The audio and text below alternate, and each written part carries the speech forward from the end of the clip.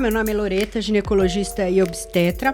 Tô aqui com o Lucas Caseri, que é meu parça de sempre. Parça veio, né? Mas eu vou falar parça. Tá bom, mano. Corta. Não, deixa. Meu parceiro de sempre, Dr. Lucas, fisiatra, médico do esporte e a pessoa que mais entende de hormônio em homem neste Brasil. E o Dr. Almino, que é o ex-presidente da Federação Internacional de Cirurgia de Obesidade e Doenças Metabólicas. Ele é mestre e doutor, especialista em cirurgia geral e digestiva. Fellow do Colégio Americano de Cirurgia, professor de cirurgia digestiva da Unicamp, né? Muito bem-vindo.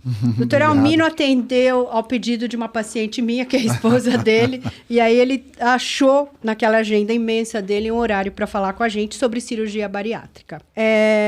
Se a gente começar a falar em cirurgia bariátrica, qual a indicação? Assim, quando eu trabalhava na Sul América, era a época que estava começando a cirurgia bariátrica, a gente tinha uma série de questionários, né? Desde o índice de massa corpórea, avaliação psiquiátrica, acompanhamento da alteração dos exames para liberar a cirurgia. E naquela época eu lembro muito bem que teve um boom de cirurgia e havia muita gente que ainda não estava naquele peso adequado, ia ao médico, engordava para poder operar, né? E exigia-se naquela época também um tempo mínimo de estar naquele peso. Essas regras continuam igual ou mudou alguma coisa? Elas tiveram algumas adaptações. Em primeiro lugar, eu queria agradecer muito o convite. Adoro falar disso, é meu trabalho no dia a dia e eu acho que essas informações que a gente discute aqui, elas são muito importantes para aquelas pessoas que querem ou fizeram cirurgia bariátrica. Nós temos uma legislação. Cirurgia bariátrica, eu acho que é a única que ela é regulamentada, ela tem uma regulamentação. Então, em primeiro lugar, ela não é para qualquer obesidade, ela é para aquilo que a gente chama de obesidade severa. O que é obesidade severa? É quem tem um IMC, índice de massa corporal, acima de 40. Para quem tem entre 35 e 40, também, desde que se tenha doenças associadas à obesidade, como, por exemplo, hipertensão, diabetes, apneia do sono, problema ortopédico severo. Aí, na última ou na penúltima legislação, a cirurgia ela é recomendada entre 18 e 65 anos. Na última legislação que teve há 4 anos atrás, caiu a idade mínima para 16 e foi retirada a idade máxima. Não tem mais idade máxima, porque se aprendeu que a gente precisa valorizar a situação clínica do paciente, não exatamente a idade. Óbvio, falha de tratamento clínico por 2 anos, aí que entra o tempo que você falou. Agora lembrei. Essa questão que você falou assim, eu vou engordar para fazer a cirurgia. Hoje a gente sabe que isso é uma atitude totalmente inapropriada e nós, envolvidos com isso, de forma alguma recomendamos esse tipo de prática. Claro, também tem algumas contraindicações, por exemplo, alcoolismo, doenças psiquiátricas severas não compensadas, tem que ter a avaliação e a liberação do psiquiatra. E uma mulher, quando tem... No seu público, a primeira pergunta, tem mais homem ou tem mais mulher? Muito mais mulher. Muito mais... 70% mulheres. 70%. Mas agora eu tenho uma pergunta, é porque os homens morrem antes? Boa pergunta. Quase isso. Ou porque a mulher se cuida mais? Eu acho que a mulher ela tá mais envolvida com saúde, ela costuma ligar mais para aparência física. Isso é uma das coisas que a gente tem tentado mudar muito. O objetivo, quando eu comecei a fazer cirurgia bariátrica há 22, 23 anos atrás, o objetivo principal da cirurgia era perda de peso. Uhum. Hoje, o objetivo principal da cirurgia é melhor qualidade de vida. Não é o peso que importa, o que importa é a qualidade de vida. E ao longo desse tempo, várias coisas foram corrigidas. E para uma mulher hoje em dia, qual a média de idade que ela vai operar? Vai ao seu consultório, e qual o benefício que o senhor vê, fora assim, hipertensão, diabetes? Existem outros benefícios da cirurgia bariátrica? Eu acho que a gente vê de tudo. Uhum. Mas o mais frequente é na faixa dos 35, 40, 41 e alguma coisa. Um dos fatores que é bastante determinante em ganho de peso em mulher é gestação. Gestação. Principalmente a segunda gestação. A gestação ela dá uma bagunçada no controle metabólico que a gente tem, né?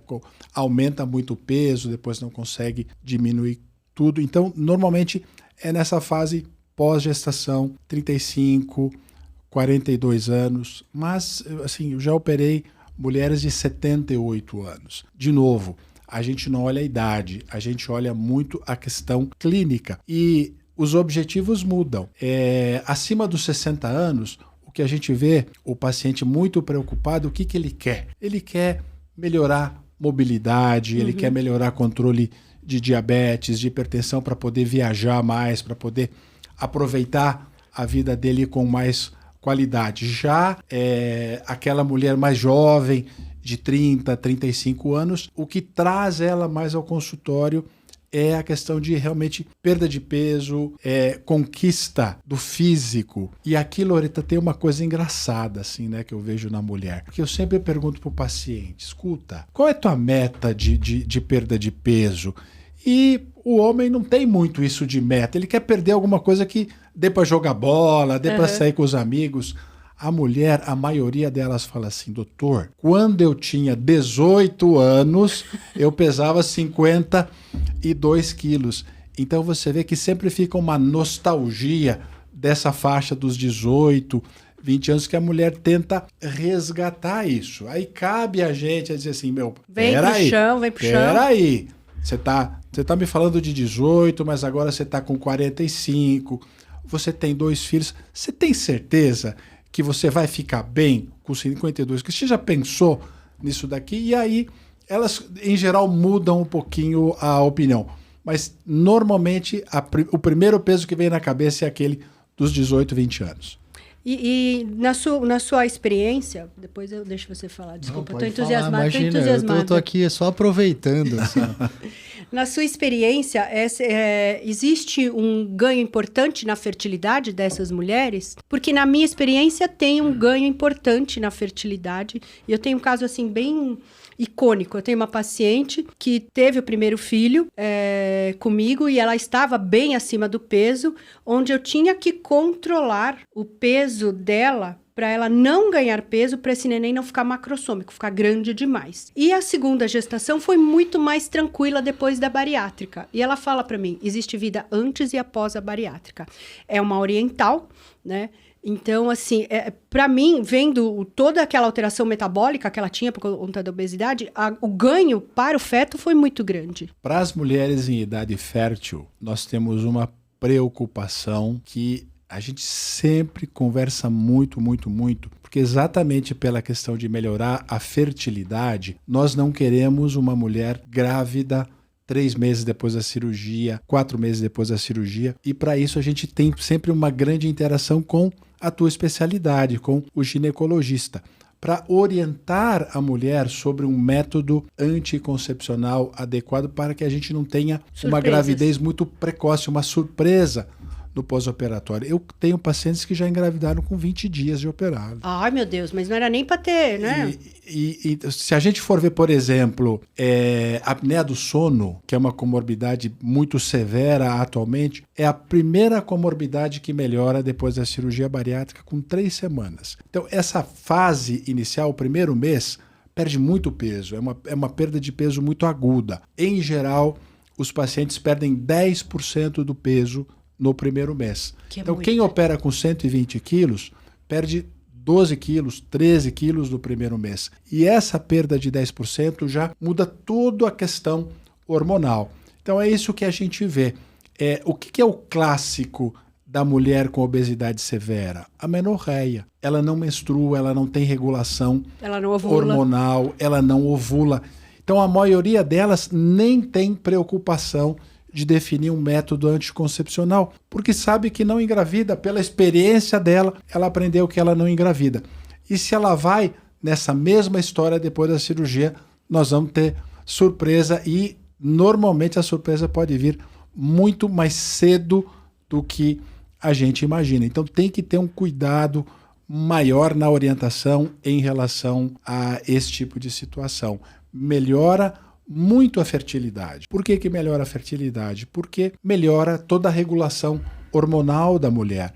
A questão dos picos hormonais, estrogênio, progesterona, no pós-operatório, isso vai regular muito fácil. Tem um período de ajuste, normalmente leva aí uns 3 ou 4 meses no pós-operatório, então é muito frequente uma mulher que não menstruava, ela menstruar com 20 dias depois da cirurgia, ela até fica um pouco assustada, ou ocorreu uma alteração de ciclo depois. Tem um ajuste que leva um tempinho aí.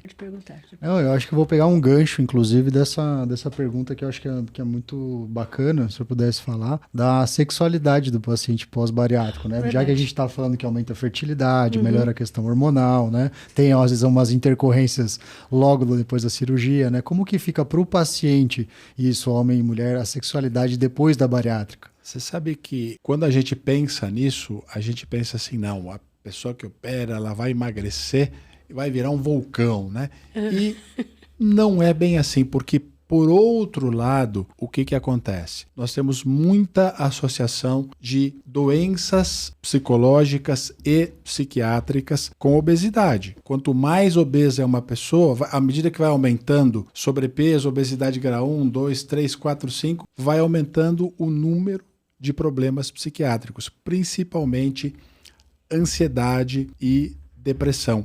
E isso pode causar algumas alterações no pós-operatório.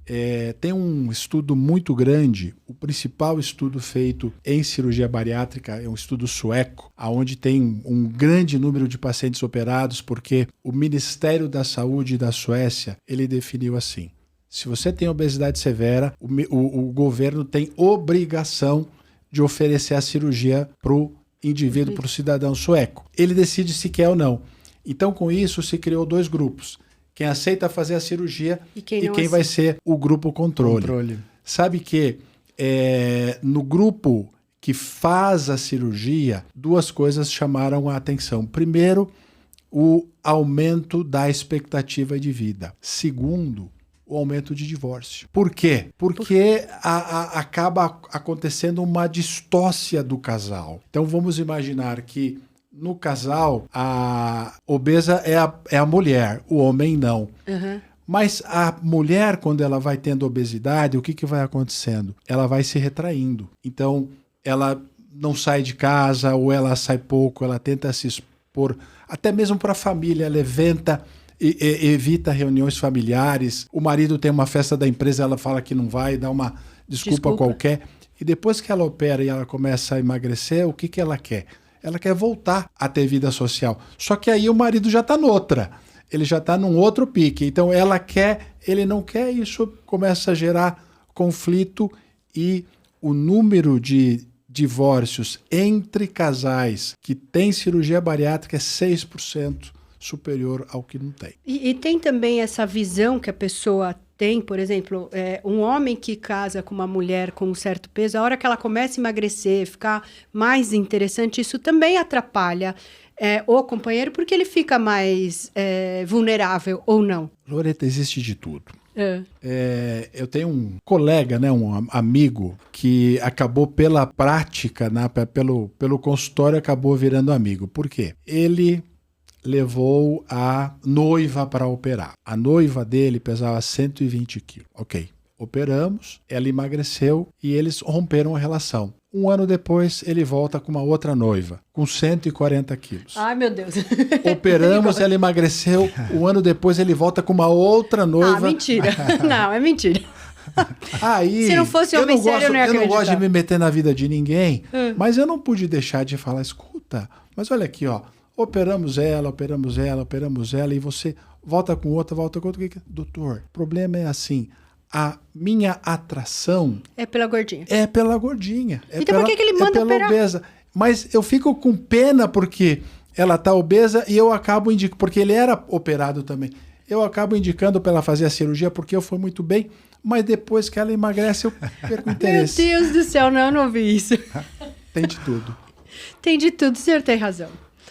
Tem toda a razão. E sabe que Vou passar um caso meu. Eu tinha uma funcionária, ela tinha 1,50 m, ela pesava 130 quilos. Ela era uma super obesa. E ela fez a cirurgia bariátrica, chegou a pesar 65 quilos e depois disso ela se perdeu. Ela começou a ter um distúrbio comportamental e ela começava a usar, não minhas roupas, não usava porque não cabia, mas usar minhas coisas, pegar minhas coisas, né? Ela furtava minhas coisas. E em determinado momento eu descobri, eu mandei ela embora e esta mulher depois me contaram que teve uma depressão grande e ela se suicidou, né? Esse índice de suicídio, esse índice de alteração comportamental, de você mudar, ser outra pessoa depois da cirurgia, ela acontece porque a pessoa já tem um distúrbio ou a disfunção da autoimagem é tão grande que a pessoa não se reconhece? Então, lembra que a gente já conversou aqui que à medida que aumenta o grau de obesidade, aumenta o grau de doença psiquiátrica. Uhum. Qual é o limite da depressão? É o suicídio. Então, nós temos nos pacientes com obesidade um grande número de pacientes que têm depressão e depressão severa e muitos não fazem o acompanhamento adequado. Então, o índice de suicídio relacionado à cirurgia bariátrica, ele tem muito mais a ver com a depressão. É um paciente que tem um alto índice de depressão, então as coisas acabam se confundindo. Não tem nada a ver com a cirurgia bariátrica. Tem a ver com a doença psiquiátrica. É que a cirurgia bariátrica acabou entrando no meio dessa história e se fala, não, mas é porque fez a cirurgia bariátrica. Na verdade, não. É história natural. Hoje eu estava discutindo um caso com um colega, onde ele mostrou um paciente que ele estava preparando para operar, e ele mostrou o braço do paciente assim todo... Cortado. Cutting. Quer dizer, é a cirurgia bariátrica que vai causar o problema depois? Não, o paciente ele já vem com a depressão antes. Por isso que é muito importante que a gente tenha uma situação muito clara. A obesidade, embora a sociedade não veja desta forma, a obesidade é uma doença muito complexa, que tem muitas implicações, não é só a acumilança, né? E hoje em dia nem é mais isso. A gente vê muito o distúrbio metabólico. Quem de nós não conhece alguém que come muito e não engorda de jeito nenhum? Por quê? Foi privilegiado pela natureza com um controle metabólico muito preciso. Então, o corpo se regula sozinho. Mas tem algumas pessoas que nem cometem tanto excesso e começam a acumular gordura. Então, outro conceito que eu acho que é importante que a gente deixe aqui nessa conversa é que obesidade não tem a ver com peso. Obesidade tem a ver com acúmulo de gordura. Mike Tyson, no auge da forma física dele, tinha um IMC de 42, só que puro peso de músculo. Ele não era obeso, ele era pesado. Então, o que a gente precisa avaliar é gordura. Então, aparelho, definição de obesidade não é na balança, é na bioimpedância. E de gordura também muda conforme aonde a gordura está acumulada. A pior gordura que tem é a visceral, a que está acumulada lá no fígado, em volta do rim, no intestino. Não é essa gordura do quadril, dessa distribuição impera, ginecoide, que a gente chama. A pior obesidade é aquela gordura do abdômen. Tanto é que um método bom para avaliar isso, qual que é? Medida de fita métrica, medida de cintura. Tem um grande valor e as pessoas valorizam muito pouco. Então, obesidade é uma doença complexa, é multifatorial, não tem bala de prata e, basicamente, não importa que se defina o tratamento com remédio. Hoje, nós temos bons remédios, houve uma grande evolução no tratamento clínico da obesidade ou com a cirurgia. Mas esse paciente deve ser tratado em ambiente multidisciplinar, profissional, multidisciplinar. Nutricionista, nutrólogo, psicólogo, psiquiatra, educador físico. Tudo isso é muito importante para que a gente tenha o resultado que a gente busca. Existe um componente... O Lucas sempre fala que a obesidade tem um componente psiquiátrico, né? Sem dúvida. Eu acho que muito legal, né, que você falou, que é um viés de seleção da amostra, né? Vamos dizer assim, na parte da medicina baseada em evidências, né? Não é que a cirurgia causa, é que essas pessoas já têm uma prevalência, né, muito maior, né? Já preenchem muitos requisitos, né? Para isso, né? Então a gente acaba vendo, né? Então se tem uma prevalência maior, é esperado que o índice de suicídio também seja mais volumoso nessa população, né? Então, isso é bem... Tô certo? Quando a gente compara homem com mulher, a principal causa de homem ganhar peso, quando a gente fala da alimentação, ou seja, nós temos o distúrbio metabólico, aí vamos para o transtorno alimentar. O transtorno alimentar do homem é comer demais. E o da mulher? O transtorno alimentar da mulher é o quê? Beliscar? Comer chocolate. Docinho. Comer doce. A mulher belisca muito mais e come muito mais em aporte doce, calórico, açúcar, chocolate do que o homem. Por isso que o resultado da cirurgia é melhor no homem. Porque Sim. o homem mantém aquele padrão de comer comida 3 vezes ao dia. E a mulher, depois de 2, 3 anos da cirurgia, começa com a história de beliscar, comer doce, comer chocolate. Ai, doutor, eu não sei o que está acontecendo, eu não aguento ficar sem comer doce. Transtorno emocional, transtorno alimentar. Eu tenho uma pergunta que me surgiu aqui para esclarecer, acho que para todo mundo. O porquê o álcool é extremamente calórico, também, né? E o homem também acaba bebendo muito predomina mais. No homem. O álcool predomina no homem. E por que o alcoolismo é uma contraindicação? Agora, sabe uma coisa, Lucas, que a gente tem visto, assim, tem acontecido cada vez mais? Já não é mais tanto assim. Principalmente em mulher jovem. Bebem muito. O consumo de álcool aumentou muito. Principalmente de cerveja. Você não vê uma mulher falar assim, eu tomo uísque. Ela toma cerveja. 12 latas, 12 garrafas brincando com as amigas ali. Por que o abuso de álcool é uma contraindicação?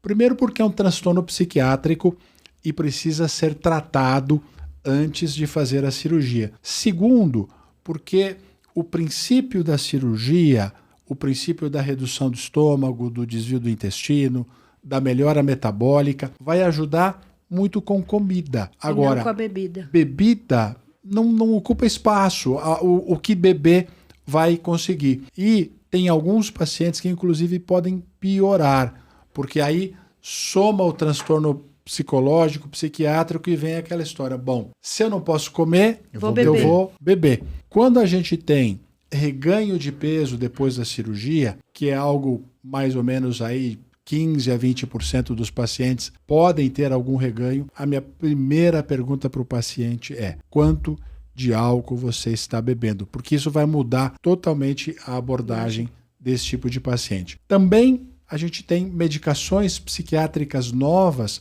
que ajudam muito no abuso de álcool, no abuso de doce e que colaboram muito com a cirurgia. Então aquela coisa do tratamento purista, ou eu vou pela cirurgia, ou eu vou pelo tratamento clínico, não tem mais. Tem gente que começa com tratamento clínico e depois vai para a cirurgia. Tem gente que a gente faz cirurgia e depois a gente pode associar medicação no pós-operatório. O objetivo é o paciente, não importa a metodologia. A gente vai usar a metodologia que seja mais eficaz. Eu vou terminar esse bloco agradecendo a sua presença, mas aproveitando para pedir para você passar ou o seu Instagram, onde atende com a Manu, que é a esposa dele, são uma equipe de 2 que fazem cirurgia bariátrica. Nós temos de forma excelente. Nós temos uma clínica aqui em São Paulo que chama Gastro Obeso Center, facinho de encontrar no Instagram, e o meu Instagram é Dr. Almino Ramos. Então, quem quiser conversar com a gente, vai ser um prazer. Deixa eu fechar esse bloco de novo com algo que eu acho que tem que ser a essência do que as pessoas vão entender. Obesidade é uma doença metabólica, ela não é uma doença do comer. Comer é uma consequência. O distúrbio metabólico faz ter mais apetite e faz comer mais. A cirurgia é indicada para as formas severas da doença dentro de tratamento multiprofissional. Não tem cura. Tem acompanhamento. A gente precisa seguir esse paciente. Quem decidir por esse caminho sabe que tem várias jornadas, várias mini jornadas aí dentro do tratamento da obesidade. Muito obrigada, viu?